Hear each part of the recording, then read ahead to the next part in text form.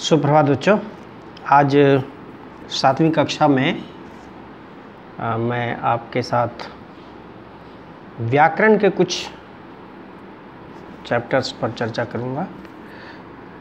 आपने 6ठी कक्षा में क्रिया पढ़ा है। क्रिया किसे कहते हैं, कितने प्रकार की होती है, ये सब आप 6ठी कक्षा में ज्ञान प्राप्त कर चुके हैं।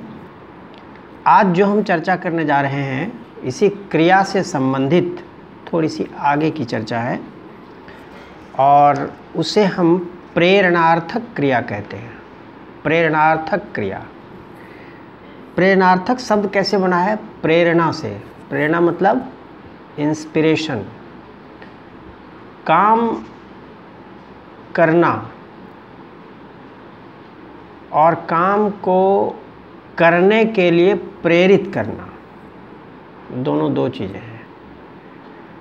एक बालक खुद पढ़ रहा है, वह पढ़ता है और दूसरों को पढ़ने के लिए प्रेरित कर रहा है तो वह उसको पढ़ाता है।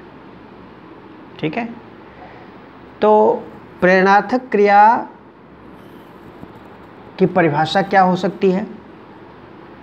जिस क्रिया से कर्ता के स्वयं करने का बोध न होकर किसी अन्य से कराए जाने का बोध होता है, उसे प्रेरणार्थक क्रिया कहते हैं।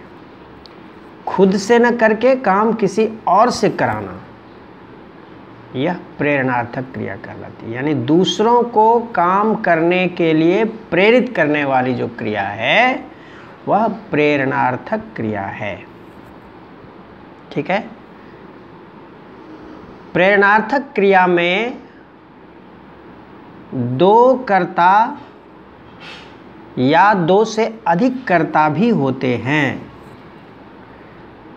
सबसे पहले तो प्रेरणार्थक क्रिया के दो रूप हैं, एक प्रथम प्रेरणार्थक क्रिया और दूसरी द्वितीय प्रेरणार्थक क्रिया। प्रथम प्रेरणार्थक क्रिया में दो कर्ता दोनों सक्रिय रहते हैं। द्वितीय प्रेरणार्थक क्रिया में तीन कर्ता, उन तीनों में एक निष्क्रिय दो सक्रिय। ठीक है। मूल क्रिया में एक कर्ता, प्रथम प्रेरणार्थक क्रिया में दो कर्ता और द्वितीय प्रेरणार्थक क्रिया में तीन कर्ता। तीन में से एक निष्क्रिय दो सक्रिय।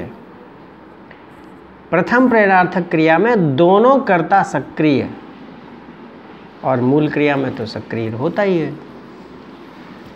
तो इस तरह से प्रेरणार्थक क्रिया के दो रूप, प्रथम प्रेरणार्थक क्रिया और द्वितीय प्रेरणार्थक क्रिया। प्रथम प्रेरणार्थक क्रिया में दो कर्ता होते हैं, दोनों सक्रिय होते हैं।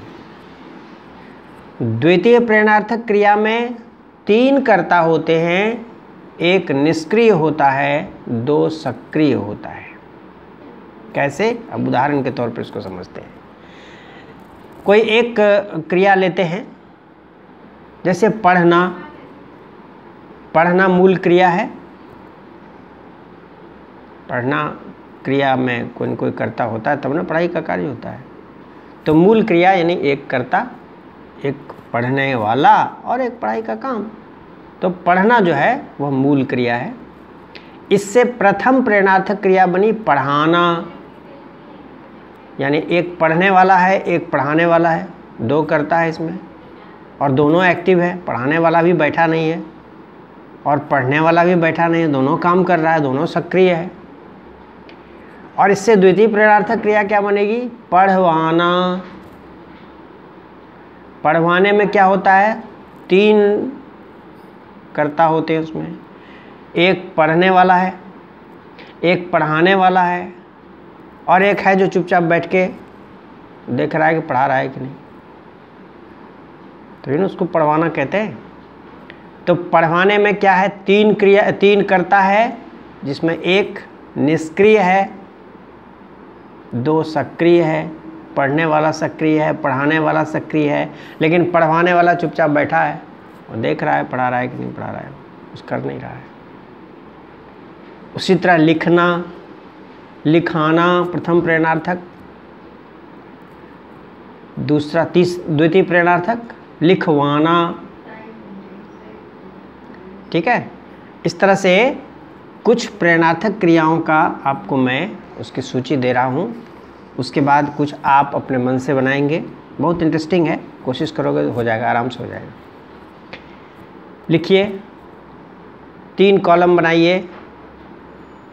पहला कॉलम में लिखिए ऊपर मूल क्रिया, दूसरे कॉलम में लिखिए प्रथम प्रेरणार्थक क्रिया और तीसरे कॉलम में लिखिए द्वितीय प्रेरणार्थक क्रिया।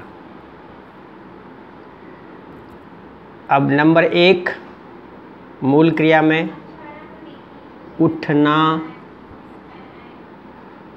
प्रथम प्रेरणार्थक क्रिया उठाना, द्वितीय प्रेरणार्थक क्रिया उठवाना, दूसरा उड़ना, उड़ाना, उड़वाना,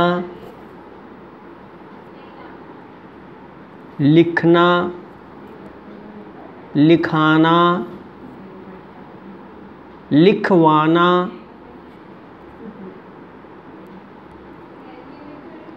गिरना, गिराना, गिरवाना। इस तरह से ये दोनों रूप इसके बनते हैं मूल क्रिया से, प्रथम और द्वितीय प्रेरणार्थक क्रिया। कुछ क्रियाएं आपको मूल क्रियाएं मैं देता हूं, आप उसका प्रथम और द्वितीय प्रेरणार्थक क्रियाएं बनाएंगे। लिखिए, जीतना, नाचना, भूलना, बैठना, खाना, पीना, रोना, हंसना। ये सूची और लंबी पड़ सकती है, आप अपने मन से भी बना सकते हैं। इस तरह से आप प्रथम प्रेरणार्थक क्रिया और द्वितीय प्रेरणार्थक क्रिया के शब्दों की कम से कम 20 शब्दों की एक सूची तैयार करेंगे। व्याकरण की पुस्तक की सहायता आप ले सकते हैं, लेकिन ये कार्य अपनी कॉपी में आप आज ज़रूर कंप्लीट कर लेंगे।